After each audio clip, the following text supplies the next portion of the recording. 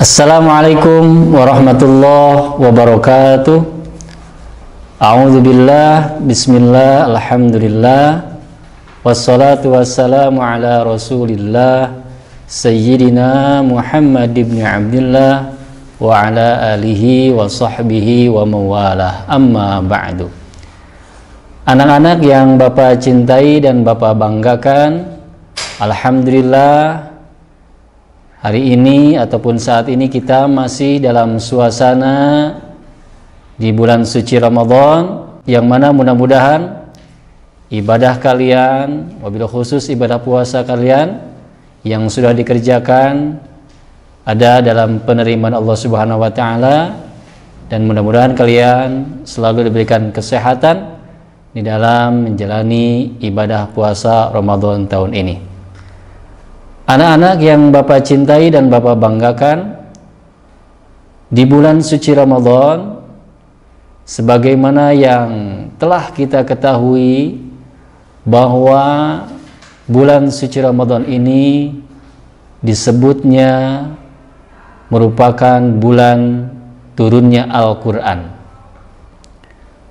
Sehingga di bulan suci Ramadan ini kita dianjurkan untuk memperbanyak tadarus Al-Quran ataupun memperbanyak bacaan-bacaan Al-Quran. Bahkan kalau bisa di bulan suci Ramadan ini kita mengkhatamkan bacaan Al-Quran dari juz 1 sampai juz 30. Itu lebih bagusnya. Namun apabila kalian tidak bisa mengkhatamkan Al-Quran bulan suci Ramadan ini, setidaknya kalian setiap hari biasakan untuk selalu membaca Al-Quran. Mengapa?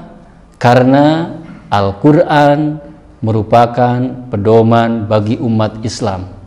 Al-Quran merupakan firman Allah yang diturunkan kepada Nabi Muhammad SAW melalui perantara malaikat Jibril alaihissalam, yang mana ketika kita membacanya maka akan mendapatkan pahala dari Allah Subhanahu wa taala. Anak-anak yang Bapak cintai dan Bapak banggakan, membaca Al-Quran tentunya banyak keutamaan-keutamaan bagi orang yang mau membaca Al-Quran.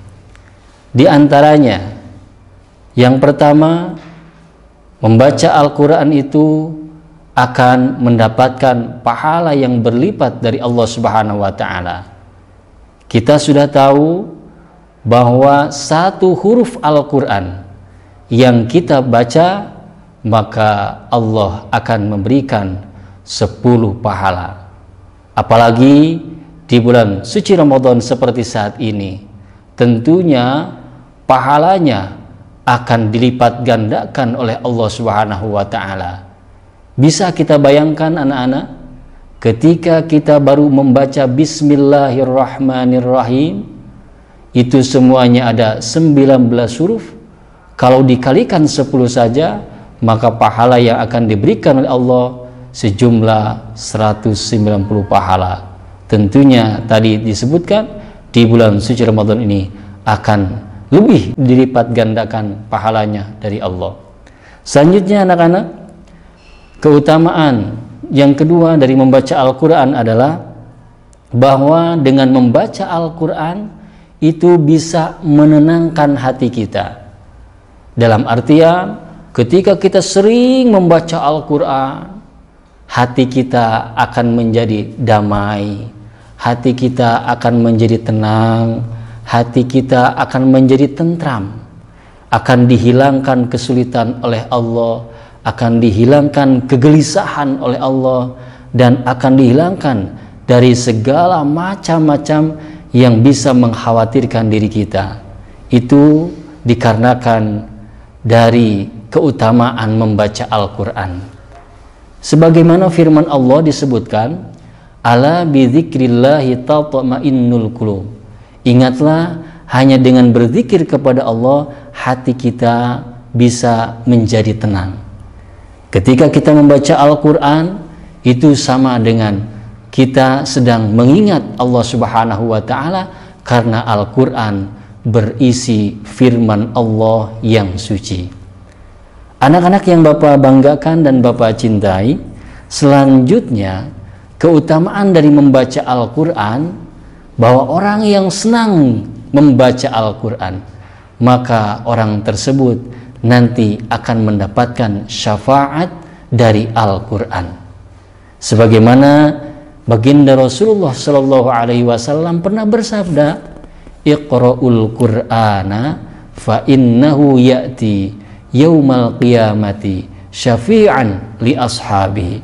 Bacalah Al-Quran oleh kalian, maka sesungguhnya Al-Quran tersebut nanti di hari kiamat akan memberikan syafaat kepada yang membacanya, akan memberikan pertolongan kepada orang yang membacanya.